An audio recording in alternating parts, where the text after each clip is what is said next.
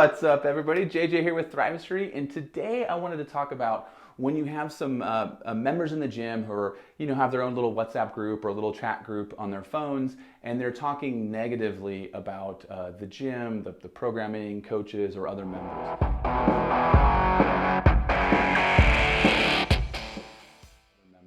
And this is a very serious thing, and it's not something that is easily remedied, unfortunately. And I've gotten a few questions about this recently, so I figured today we'd talk about it. And ultimately, as sort of the leader of this group, us as coaches and gym owners, we need to be very careful about how we handle these sort of situations. And every situation is going to be a little bit different. But rule number one is it needs to be a one-on-one conversation with each person individually. So there's no like blasting this out in the Facebook group or posting it or putting it up on the whiteboard at the gym. Like, hey, don't talk bad about people on your phone or whatever. And it's ultimately, when you find out about it, it needs to be like, hey, I heard or I understand that maybe that you're a little concerned about the programming and the workouts look too hard. Can we talk about that and have a nice sit down? Now, there's one great book I can recommend. It's called Crucial Conversations, and it's really about how to have these hard conversations, but in a positive way. So we end up with a good outcome at the end, where both people feel heard and nobody feels offended. It's a very good, and there's some pretty good synopses online of just different techniques and things that you can use to make sure that you're not just bluntly attacking people. And so when it comes down to, in this particular example that I got a message about recently, it was about a group of women who were talking bad about the programming and bad about the classes and canceling class and not coming because it looked too hard. And ultimately, there's some psychology here. Women tend to, they'll kind of like self-deprecate a little bit to make their friends feel better and kind of boost each other up. And that's one of the beautiful things about women when they relate, is they can really build each other up when they're in a healthy group. But sometimes that also means like, oh, I'm not going to do that. That's too hard. And then another one sees that and then says, well, if that's too hard, I'm not going to do it either. We see this a lot with lifting, especially women who don't have a lot of experience lifting weights. They might be sharing a bar and doing squats. And one woman might say, well, today, I'm really struggling. I'm only going to do 100. This is really heavy for me. And then her friend will say, you know what? I'll just do 100. I'll just do 100 also, because I'll just go light today and work on form, because they don't want to make their friend feel bad. And ultimately, that's an education piece to say, no, everyone should do whatever weight or progression is good for them, and not just try to make their friend feel better. And there's nothing offensive or degrading about doing a little bit better at a movement.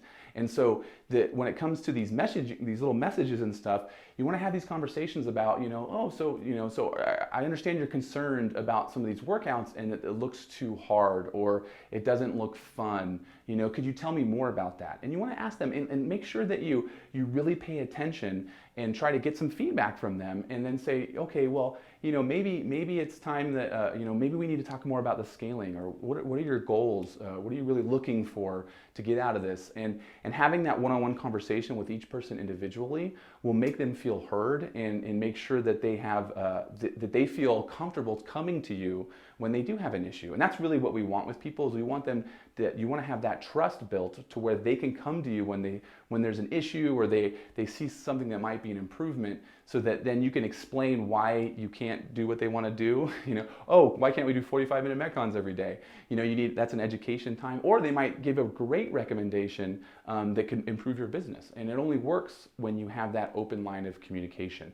And so when you have a small clique of people, sort of like kind of in a negative sort of spin out, you want to have those conversations. And then try to end it in this particular scenario with, hey, could you do me a huge favor? I'd really appreciate it if you try to like make it more positive and help these other women kind of have a more positive and motivated attitude and build each other up, instead of sort of just like talking about how hard it's going to be. And if you do that for each of them, they'll all talk to each other, and that'll help kind of build that up. And so that's one way to do it. Another situation I have seen before is where people were taking photos or videos of other people in the gym and then like kind of laughing at them.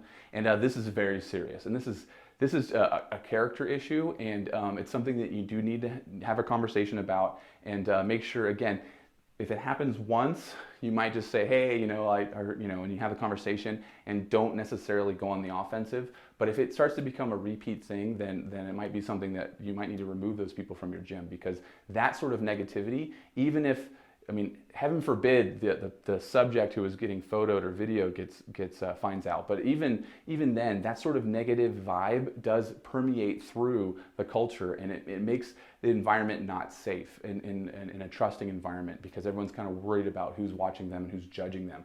And we need to make sure that our gyms are not about being judged. And we're already putting ourselves out there so much by doing workouts that are going to be constantly challenging our abilities, that if we're worried about other people judging us while we do it, people will quit. It's not worth it, right? So just make sure that in that scenario, again, it's a little bit more serious when you do that. But I hope this helps you guys when you're dealing with sort of these small groups and cliques. You're always going to have it. It's not something that you can eliminate completely, but it can be a positive when they build each other up and they hold each other accountable, and they're using positive vibes. So if people are kind of going into a negative realm, you just want to make sure that you have these one-on-one conversations and try to learn from it and try to help that person so that they end up having a better experience in the gym. That's it for today, guys. Thanks a lot, and I'll see you in the next video.